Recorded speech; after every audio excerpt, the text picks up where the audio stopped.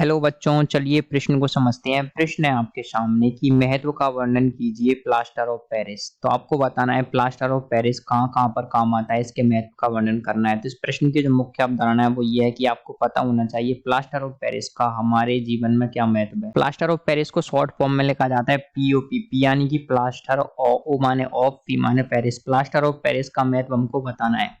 देखिए plaster of Paris का जो सूत्र होता है वो होता है आपके calcium sulphate dot half H2O, calcium sulphate dot आधा पानी। ये होता है आपके क्या होता है प्लास्टर ऑफ पेरिस होता है, जिसको बोला जाता है प्लास्टर ऑफ पेरिस। तो इसके महत्व का वर्णन क्या होता है, देखिए इसमें जैसे ही पानी मिलाया जाता है तो क्या होता है, ये कठोर हो जाता है। तो सबसे पहले क्या होता है, सबसे पहले आप सभी लोग बचपन से जानते हैं, जो डॉक्टर रहता है क्या करता है, डॉक्टर इसका उपयोग लिया जाता है जब आपकी हड्डी फ्रैक्चर हो जाती है।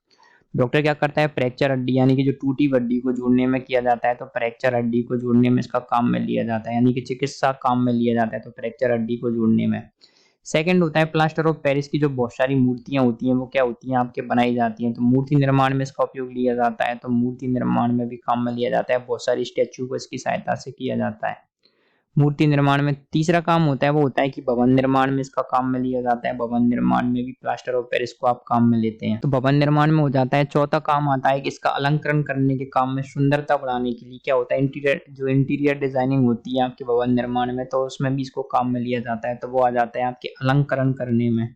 अलंकरण या फिर क्या होता है, जिसको आप हिंदी में इंग्लिश में बोलते हैं इंटीरियर डिजाइनिंग, अलंकरण करने में भी काम में लिया जाता है। तो प्लास्टर ऑफ पेरिस क्या होता है, आपके एक बहुत ही महत्वपूर्ण क्या होता है, पदार्थ होता है।